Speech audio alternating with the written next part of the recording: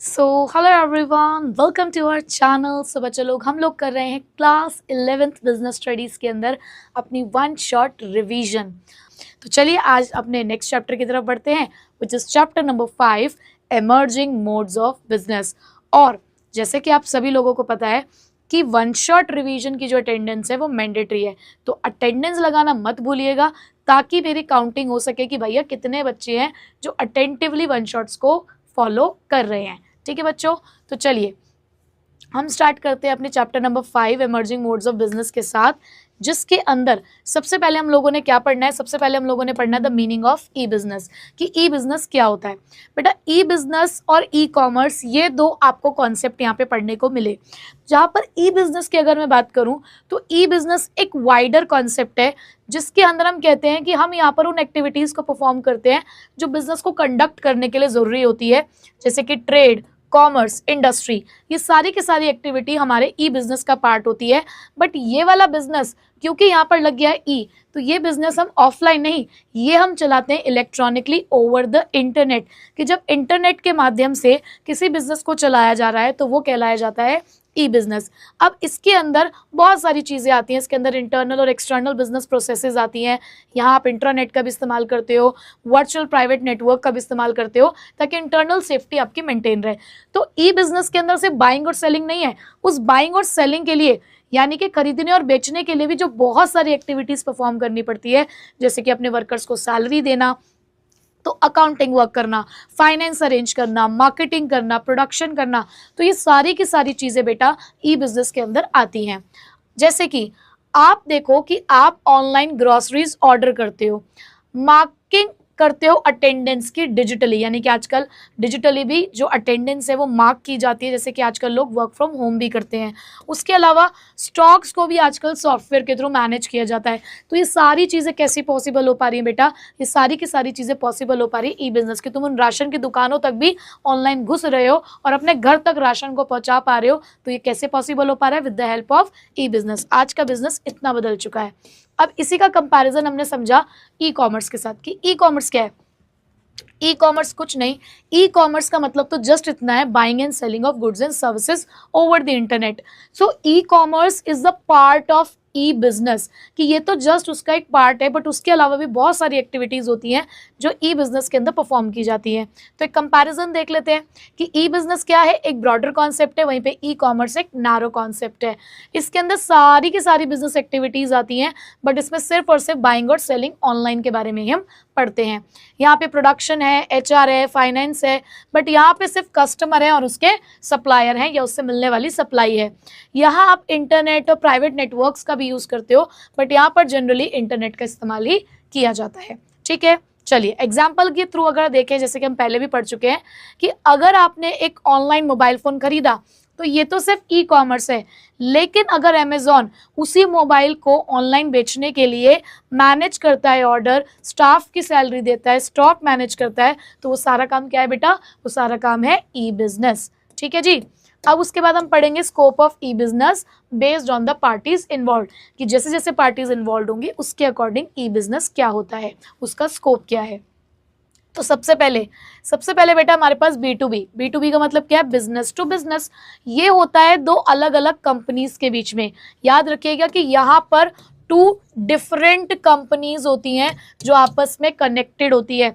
एक आपका वेंडर है, एक आपका मैन्युफैक्चरर है, यानी कि एक सामान बना रहा है तो दूसरा उस सामान को खरीद रहा है आगे फर्दर अपने काम को करने के लिए, अपने बिजनेस को रन करने के लिए। यहाँ पर हम लोग ऑर्डर करते हैं, ट्रैकिंग करते हैं, पेमेंट भी करते हैं। जैसे कि टाटा मोटर्स टायर खरीदती है ऑनलाइन, तो ये क्या कर रहे हैं बेटा, ये होता है बिजनेस टू बिजनेस। उसके बाद हमने पढ़ा बिजनेस टू कस्टमर्स, यानी कि B2C। तो बिजनेस टू कंज्यूमर की अगर मैं बात करूं तो यहाँ पे बिजनेस डायरेक्टली फाइनल कस्टमर्स तक पहुंचता है, यानी कि बीच में हमने किसी मिडल मैन को इन्वॉल्व नहीं किया, डायरेक्टली हम कस्टमर्स को अप्रोच कर रहे हैं सामान को बेचने के लिए। इसके अंदर कस्टमाइजेशन भी हो सकता है, मतलब आप अपने अकॉर्डिंग भी सामान यहाँ पर परचेज कर सकते हो। जैसे कि रक्षाबंधन के त्योहारों पे लोग कस्टमाइज राखी बनवाते हैं, बहुत सारे लोग कस्टमाइज गिफ्ट बनवाते हैं, है ना। तो कस्टमाइजेशन भी यहाँ पर पॉसिबल होता है, प्रमोशन किया जा सकता है, डिलीवरी की जा सकती है यहाँ पर। तो ये होता है आपका बिजनेस टू कंज्यूमर, जहाँ पर बिजनेस जा रहा है कंज्यूमर के पास सामान को बेचने के लिए। जैसे कि आपने फ्लिपकार्ट से टी शर्ट अगर ऑर्डर करी है, खरीदी है, तो वो क्या है आपका बिजनेस टू कंज्यूमर। अब इसी के अंदर हमने बेटा पढ़ा था C2B भी। C2B का मतलब क्या है? कंज्यूमर टू बिजनेस, जहां पर एक कंज्यूमर बिजनेस के पास जा रहे हैं किसी चीज के लिए। जैसे कि अगर हम जा रहे हैं कॉल सेंटर पे कॉल करते हैं क्योंकि हमारी कोई कंप्लेन है, तो किस चीज का एग्जाम्पल है? वो है कस्टमर टू बिजनेस, कि कस्टमर जाता है बिजनेस पे उसकी सर्विस को लेने के लिए, ठीक है। उसके बाद नेक्स्ट आता है बेटा C2C। C2C का मतलब क्या है? Consumer to consumer. अब यहाँ पे दो कंज्यूमर आपस में डीलिंग कर रहे हैं, बट उनका काम कोई बिजनेस नहीं है, जस्ट क्या है कि उनके पास कुछ ऐसा सामान है, कोई यूज प्रोडक्ट है जिसको बेचने या खरीदने के लिए वो एक साथ इकट्ठे हुए। बट ये इकट्ठे कहाँ पर हुए हैं? ऑनलाइन इकट्ठे हुए हैं। तो ये जनरली होता है दो कंज्यूमर्स के बीच में for the second hand goods. जैसे कि आपने अपना पुराना मोबाइल फोन OLX पे बेच दिया, तो ये क्या कहलाता है? C2C। अब यहाँ पर आप लोगों ने कुछ टेक्निक्स के बारे में भी पढ़ा था कि बहुत सारी ऐसी टेक्निक्स होती हैं जो ऑनलाइन हमें सिक्योर कराती हैं कि भाई देखो हम ऑनलाइन डील करते हैं, तो ऐसे में हो सकता है ना कि भाई हमारी पेमेंट इनसिक्योर हो जाए, सामान मिले ही ना हम तक। तो बहुत सारी ऐसी टेक्निक है जिसकी हेल्प से आप यहाँ पर अपने पैसे को सिक्योर रख सकते हो, जिसमें से एक हमने पढ़ा था क्या? पेपाल, जिसकी हेल्प से आप अपने पैसे को तब तक सिक्योर करा सकते हो जब तक कि सामान आपके पास नहीं पहुंच जाता, ठीक है। तो ये हमारा एक पेमेंट इंटरमीडियरी होता है। उसके बाद इंट्रा भी विद इन द बिजनेस। अब यहाँ पे सेम बिजनेस के अंदर इंफॉर्मेशन एक्सचेंज हो रही है ओवर द इंटरनेट। तो यहाँ पर इंटर्न कम्युनिकेशन की बात होती है कि इंटरनली हम लोग यहाँ कम्युनिकेट करते हैं डिपार्टमेंट्स के बीच में VPN यानी कि अपने वर्चुअल प्राइवेट नेटवर्क या इंटरनेट की हेल्प से। जब एक डिपार्टमेंट दूसरे डिपार्टमेंट के साथ, कि मार्केटिंग डिपार्टमेंट प्रोडक्शन डिपार्टमेंट के साथ या HR डिपार्टमेंट के साथ अगर बात कर रहा है, तो वो हमारा इंट्रा भी होता है, यानी कि विद इन द ऑर्गेनाइजेशन ही काम किया जा रहा है। जैसे कि हमारा HR सेंड कर रहा है ज्वाइनिंग लेटर्स ऑनलाइन, तो ये क्या कहलाता है बेटा? इंट्रा भी कहलाता है, ठीक है। चलिए, तो स्कोप तो हम लोगों ने पढ़ लिया, आई होप कि आपको समझ आ गया होगा। अब हमने यहाँ पर एक और चीज के बारे में पढ़ा था, the use of EDI, electronic data interchange, की कई बार हम यहाँ पर इलेक्ट्रॉनिकली डेटाज भी इंटरचेंज करते हैं, जहाँ पर मेनली B2B के अंदर इसका इस्तेमाल किया जाता है। किस लिए इस्तेमाल किया जाता है? ताकि आपस में इनवॉइसेस यानी कि बिल्स को एक्सचेंज किया जा सके, ऑर्डर्स को एक्सचेंज किया जा सके, डिलीवरी नोट्स को एक्सचेंज किया जा सके, और इसकी हेल्प से आपका टाइम बचता है, पेपर वर्क बचता है। तो आजकल का बिजनेस इतना ज़्यादा बदल चुका है कि ऑनलाइन ही सारा काम आपका घर बैठे ही हो पा रहा है, ठीक है। चलिए आप पढ़ते हैं अगला टॉपिक, जिसमें डेफिनेटली आपको क्वेश्चन बनता ही है, बेनिफिट्स ऑफ ई बिजनेस, कि इस ई बिजनेस को करने से क्या बेनिफिट होते हैं। तो इसके लिए हमने बहुत अच्छी एक्रोनिम पढ़ी थी, easy commerce saves the global paper, और इसी में हमने छुपाए थे अपने सारे पॉइंट्स, जहां पर इजी से था easy to start plus low investment. उसके बाद बेटा C से था कन्वीनियंस, और यहाँ पर S से हमारे पास स्पीड, और ग्लोबल से है ग्लोबल रीच, और पेपर से है पेपरलेस ट्रांजेक्शन्स, ठीक है। सबसे पहले वाले की बात करते हैं, easy to start with low investment. जैसे कि मैंने आपको पहले ही बताया था, मुझे अपना एक बिजनेस स्टार्ट करना है। अब अपने उस बिजनेस को स्टार्ट करने के लिए ऑनलाइन मुझे ज़रूरी नहीं है कि मुझे कोई एक जगह खरीदनी पड़ेगी, बहुत सारी मशीनें खरीदनी पड़ेंगी, नहीं, मैं घर बैठे ही अपना वो ऑनलाइन काम शुरू कर सकती हूँ। बहुत ही कम पैसों में, बहुत ही कम फॉर्मेलिटीज़ के साथ एक ऑनलाइन बिजनेस शुरू किया जा सकता है, क्योंकि ऑनलाइन बिजनेस की सक्सेस हमारी नेटवर्क पे डिपेंड नहीं करती, नेटवर्क पे डिपेंड करती है कि हमारे पास हमारी जेब में पैसा कितना है, ये इतना यहाँ पे मायने नहीं रखता, बट हमने कॉन्टेक्ट्स कितने जनरेट कर रखे हैं वो मायने रखते हैं। तो यहाँ पर हम यही समझेंगे कि ई बिजनेस के अंदर कोई आपको दुकान की जरूरत नहीं है, कोई आपको जगह की खास जरूरत नहीं होती। इवन जो स्मॉल सेलर्स भी होते हैं वो भी अपने नेटवर्क के थ्रू बिजनेस कर सकते हैं। आजकल आपने देखा होगा बहुत सारे लोग जो है वो क्लाउड किचन चलाते हैं, अपने घर से ही वो लोग इस तरीके का काम कर रहे हैं, अपने घर से ही एक रेस्टोरेंट वाली सर्विस आपको प्रोवाइड कर रहे हैं। तो कोई भी घर बैठ के, एक स्टूडेंट, एक हाउसवाइफ, कोई भी बंदा इस बिजनेस को यहाँ पर चला सकता है।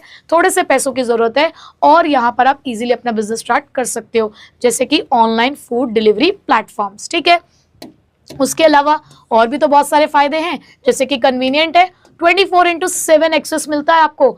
ये आप कभी भी किसी भी टाइम कहीं पर भी हो, ट्रैवल करते करते भी आप अपना बिजनेस कर सकते हो। तो बहुत ही ज्यादा कन्वीनियंट होता है एक ई बिजनेस, क्योंकि अगर मन करे रात के 2 बजे बेड पर लेट कर शॉपिंग करने का तो बिल्कुल कर सकते हो। गर्मी में धूप में बाजार के धक्के खाने की आपको जरूरत नहीं पड़ेगी। ठीक है।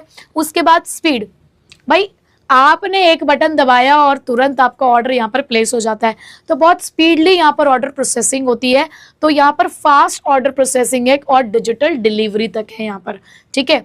एग्जाम्पल, जैसे कि अगर आपको मूवी स्ट्रीमिंग चाहिए, भाई प्राइम वीडियोस आप देखना जा रहे हो, मूवी स्ट्रीमिंग अगर आपको करनी है तो भाई देखो, पैसे भरो और सर्विस ले लो। तो यहाँ पर ऑनलाइन कितना आसान हो गया कि घर बैठे भाई मूवी के मजे ले रहे हो तुम लोग, बिल्कुल आराम से अपने घर के एसी में, अपने घर पे, अपने बेड पे आराम से लेटते हुए, अपने फूड को एंजॉय करते हुए। बहुत ही आरामदायक है और स्पीडली भी है ना। चलो, तो बहुत ही ज्यादा स्पीडली आप यहाँ पर काम कर पाते हैं। उसके अलावा ग्लोबल रीच है, आप देश और दुनिया तक पहुंच सकते हो, मतलब दुनिया के किसी भी कोने में आपका कस्टमर हो उस तक आप यहाँ पर अपना सामान पहुंचा सकते हो। तो ई बिजनेस की हेल्प से इंटरनेशनल मार्केट्स तक पहुंचना आसान हो गया है। जैसे कि जयपुर का एक सेलर जो है अपने रग्स बेचता है जर्मनी के अंदर, अपने कुछ ऐसे मेथड्स के थ्रू, यानी कि अब आपको क्या करना है भाई, देखो आपको एक मीडियम चूज करना है। सिर्फ आपने एक मीडियम चूज कर लिया, उसकी हेल्प से आप क्या कर रहे हो, आप कस्टमर को अप्रोच कर रहे हो, कस्टमर ऑर्डर प्लेस कर रहा है, और फिर तो हमारे पास है ही ट्रांसपोर्ट करने के बहुत सारे ऑप्शन, जिसकी हेल्प से आप अपने गुड्स जो है उन तक पहुंचा सकते हो। ठीक है। उसके बाद पेपरलेस ट्रांजैक्शन होती है यहाँ पर, यानी कि कोई आपको यहाँ पर पेपर वर्क करने की जरूरत नहीं है। आजकल जो हमारी गवर्नमेंट है वो भी बहुत ज्यादा इसकी तरफ मूव ऑन कर रही है कि पहले हर चीज का वो हमसे फॉर्म फिल कराती थी, अब कहती है जी ऑनलाइन फॉर्म फिल कर लो सारे के सारे। तो बहुत ज्यादा हमारा जो बिजनेस है आजकल वो पेपरलेस सोसाइटी की तरफ मूव कर रहा है कि भैया पेड़ बचाओ, पेड़ बचाने की हमें बहुत ज्यादा जरूरत है। तो सारे के सारे बिल आपको ऑनलाइन ही आजकल मिल जाते हैं। तो यहाँ पर मैनुअल पेपर वर्क जो है वो बहुत ज्यादा कम हो गया है, डिले जो है वो बहुत ज्यादा कम हो गया है। तो यहाँ पर जैसे कि हम ऑनलाइन इनकम टैक्स की फाइलिंग करते हैं तो ये सारा काम कैसे हो पा रहा है, ऑनलाइन ही तो हो पा रहा है। तो देखो ई बिजनेस हमें कितने तरीके के फायदे प्रोवाइड कर रहा है। सो आई होप कि यहाँ तक तो आपको समझ आ गया होगा। अब बच्चों एक आखिरी डिफरेंस जो हमें यहाँ पर पढ़ना है, the between the traditional and E business, कि ट्रेडिशनल बिजनेस क्या होता है और ई बिजनेस क्या होता है। तो बच्चों देखो, ट्रेडिशनल बिजनेस यानी कि हमारे ऑफलाइन स्टोर्स, और कह सकते हो ई बिजनेस यानी कि हमारे ऑनलाइन स्टोर्स। तो देखो, ईज ऑफ फॉर्मेशन की बात करूं तो ट्रेडिशनल बिजनेस को खोलना थोड़ा सा डिफिकल्ट है, क्योंकि बहुत सारी फॉर्मेलिटीज है। कुछ कुछ बिजनेस ऐसे भी होते हैं कि पहले लाइसेंस लोगे, जगह लोगे, उसके बाद जाकर आप बिजनेस कर पाओगे। बट वहीं पे ई बिजनेस बहुत ही आसान होता है स्टार्ट करना। फिजिकल प्रेजेंस की बात करूं तो यहाँ पे तो आपको प्रेजेंट रहना ही पड़ेगा, क्योंकि अगर आप अपनी दुकान या ऑफिस खोल के बैठे हो तो वहां पर आपको बैठना पड़ेगा। बट यहाँ पर ऐसा कुछ नहीं है, आप सोते हुए भी आपका बिजनेस जो है वो चल रहा होता है। लोकेशनल रिक्वायरमेंट की अगर मैं बात करूं तो जनरली वहीं लोग हैं जहां पर रॉ मटेरियल आपको आसानी से मिल जाए, और या फिर जहां पे मार्केट्स पास में हो। बट यहाँ ई बिजनेस में तो मुझे कुछ सोचना ही नहीं है, मैं अपने घर बैठ के भी ये काम कर सकती हूँ। कॉस्ट ऑफ सेटिंग अप, यहाँ पर कॉस्ट ज्यादा हाई होती है क्योंकि लैंड और बिल्डिंग है, पूरा आपने सेटअप कर रखा है, तो आपको यहाँ पे पैसा ज्यादा लगता है। यहाँ लो है क्योंकि यहाँ पर कोई भी फिजिकल फैसिलिटी आपको अरेंज नहीं करनी होती। ऑपरेटिंग चलाने के कॉस्ट की बात करूं तो क्योंकि यहाँ पे आपको स्टोरेज मेंटेन करना है, मार्केटिंग करनी है, सैलरी देनी है, तो यहाँ पर आपके ऑपरेटिंग कॉस्ट, चलाने की कॉस्ट हमेशा हाई रहती है। बट ई बिजनेस में अंदर नॉर्मली कम रहती है। क्यों? क्योंकि आप यहाँ पे पार्टनरशिप का इस्तेमाल कर सकते हो, कुछ डिजिटल टूल्स का आप यहाँ पर यूज कर सकते हो। ठीक है। उसके बाद अगर मैं कस्टमर के साथ कांटेक्ट की बात करूं तो यहाँ पर जो आपका कस्टमर के साथ कांटेक्ट है वो इनडायरेक्ट है, क्योंकि बीच में बहुत सारे मिडलमैन आ जाते हैं। मैन्युफैक्चरर को कस्टमर तक लाने के लिए बीच में बहुत सारे इंटरमीडियरीज हैं, आपका होलसेलर है, रिटेलर है, और कुछ केसेस में कुछ एजेंट्स भी होते हैं। ठीक है। बट यही चीज यहाँ पे तो डायरेक्ट है ना, कस्टमर खुद आ रहा है आपके पास, डायरेक्टली आ रहा है। देखा ना आपने, B2C C2B, डायरेक्ट कस्टमर आपके पास पहुंच रहा है। उसके बाद कॉन्टेक्ट कैसा है सप्लायर और कस्टमर के साथ, वो तो हमने पढ़ लिया। इंटरनल कम्युनिकेशन कैसा है, यहाँ पर हायरार्की है फ्रॉम टॉप टू बॉटम। बहुत सारे बिजनेसेस के अंदर आपको यहाँ पर देखना पड़ता है कि कौन से लेवल पे वो बंदा है, उस हिसाब से आप बात कर पाते हो। जैसे कि मैंने आपको बताया था, एक स्केलर चेन होती है, एक इस तरीके से चेन होती है, और यहाँ पे लोग काम करते हैं, तो इसी पैटर्न में ही बातचीत यहाँ पर करना अलाउड होता है। बट ई बिजनेस में ऐसा कुछ नहीं है, आप डायरेक्टली और फास्टली कम्युनिकेट कर सकते हो। उसके बाद रिस्पॉन्स टाइम, यहाँ पर थोड़ा सा स्लो है, टाइम लेते हो आप लोग यहाँ पर किसी भी काम को करने में, क्योंकि आपको मैनुअली सारा काम करना होता है। बट यहाँ आपका इंटरनेट, आपका कंप्यूटर ही सारा काम कर रहा होता है, तो इसलिए यहाँ पर फास्ट होता है। उसके बाद ऑर्गेनाइजेशन का स्ट्रक्चर, यहाँ पर बहुत सारे लेवल्स है क्योंकि आपने एक हायरार्की बनाई है, आपने एक स्ट्रक्चर क्रिएट करा है, इसीलिए बहुत सारे लेवल है। जैसे कि बैंक में जाते हो तो वो कहते हैं ना कि पहले वहां चले जाओ, फिर वहां चले जाओ, फिर वहां चले जाओ। तो आप देख रहे हो ना कि हायरार्की मेंटेन हो रही है यहाँ पे। बट वही चीज अगर मैं यहाँ पर बात करूं तो हॉरिजॉन्टल है, फ्लैट है, बहुत कम लेवल है और डायरेक्ट है। ऑनलाइन मोबाइल ऐप चलाना बैंक की वो ज्यादा आसान है या बैंक की ब्रांच में जाके काम करके आना आसान है, तो आपको डिफरेंस अपने आप समझ में आ जाएगा। ठीक है, उसके बाद बिजनेस प्रोसेस और साइकिल की बात करूं तो यहाँ पर तो स्टेप बाय स्टेप ही सारे काम होते हैं भाई, क्योंकि आप मैनुअली हर एक चीज करते हो। बट वहां पर साइमल्टेनियसली एक के बाद एक के बाद एक के बाद साथ साथ अपना काम जो है यहाँ पर वो चल रहा होता है, सेम टाइम पे सारे काम हमारे चल रहे होते हैं। इंटरपर्सनल टच की बात करूं तो हाँ, यहाँ पर आपका इंटरपर्सनल टच ज्यादा है, पर्सनल रिलेशनशिप ज्यादा होते हैं क्योंकि एक फेस टू फेस इंटरेक्शन है। बट यही इंटरेक्शन यहाँ पर नहीं है क्योंकि एक डिजिटल कम्युनिकेशन है भाई, कंप्यूटर से बात कर रहे हो तुम एक तरीके से। प्री सैम्पलिंग पहले देखे ना, मतलब पहले भाई देख पाओ अपने सैंपल को, अपने प्रोडक्ट को, तो वो यहाँ पर तो आसान है क्योंकि छू सकते हो, फील कर सकते हो। बट वहाँ पे थोड़ा सा लिमिटेड है, कुछ कुछ प्रोडक्ट्स में ही आप ये काम कर पाओगे। उसके बाद ग्लोबल रीच, भाई यहाँ पे तो ग्लोबली रीच आप नहीं कर सकते क्योंकि आप ऑफलाइन काम कर रहे हो, तो लिमिटेड एरिया तक ही आप पहुंच पाओगे एक टाइम पे। बट यहाँ पे वही काम बहुत आसान हो जाता है क्योंकि यहाँ पे इंटरनेट की कोई बाउंड्रीज नहीं होती हैं। उसके बाद गवर्नमेंट का सपोर्ट कहाँ पर है? गवर्नमेंट का सपोर्ट यहाँ पर कम है क्योंकि यहाँ पर ट्रेडिशनल सेटअप पे वो लोग कम फोकस करना पसंद करते हैं। बट ये हमारा फ्यूचर है तो यहाँ पर गवर्नमेंट का सपोर्ट ज़्यादा है क्योंकि आईटी और ई कॉमर्स को आजकल बहुत ज़्यादा प्रेफरेंस दी जा रही है। उसके बाद कैसे लोगों के साथ हम यहाँ पे काम करा सकते हैं, ह्यूमन कैपिटल कैसी चाहिए। यहाँ पर अगर आप सेमी स्किल्ड या अनस्किल्ड वर्कर्स को भी लेकर आओगे तो काम चल जाएगा, बट वहाँ पर आपको टेक्निकली स्किल्ड प्रोफेशनल्स की ही ज़रूरत पड़ती है। उसके बाद ट्रांजैक्शन के रिस्क की अगर मैं बात करूं तो यहाँ पे ट्रांजैक्शन का जो रिस्क है वो लो है, face to face trust based deal ही यहाँ पर होती हैं। बट वहाँ पर ट्रांजैक्शन रिस्क बहुत ज़्यादा हाई है क्योंकि आप पता नहीं अनजान व्यक्तियों के साथ आप यहाँ पे डीलिंग कर रहे होते हो, तो पता नहीं सिक्योरिटी होगी या नहीं होगी, सामान मिलेगा नहीं मिलेगा, पेमेंट मिलेगी या नहीं मिलेगी, उसकी थोड़ी श्योरिटी कम रहती है। ठीक है, तो बस हो गया आपका चैप्टर नंबर 5 यहाँ पर कंप्लीट। एंड आई होप कि आपको बहुत अच्छे से समझ आ चुका होगा। मुझे कमेंट में ज़रूर बताना कि ये वन शॉट की वजह से आपको कितना बेनिफिट हुआ और आपकी तैयारी अब यहाँ पर कहाँ तक पहुँच चुकी है। तो मिलूंगी आपसे नेक्स्ट क्लास में, नेक्स्ट वीडियो के अंदर कुछ और नई और बेहतर चीज़ों के साथ। So till then take care, bye bye.